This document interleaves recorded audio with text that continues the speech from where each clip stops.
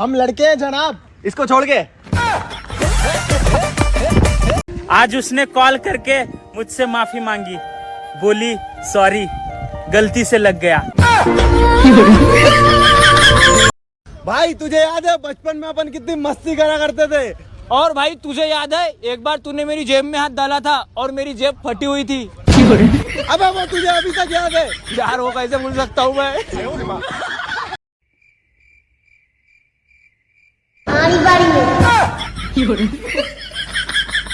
वो हाय भी बोलेगी, वो बाय भी बोलेगी। वो लड़की है साहब, ओकर दिमाग खराब हो गया न, तू भाई भी बोलेगी।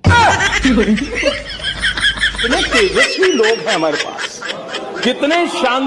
वो कहते हैं ना, सच्चा प्यार एक दिन लौट कर जरूर आता है। मेरी वाली भी आई थी और राखी बांध कर चली गई। छोटा सा सपना है मेरा, 6-7 बच्चे हो और सबकी माँ अलग अलग हो।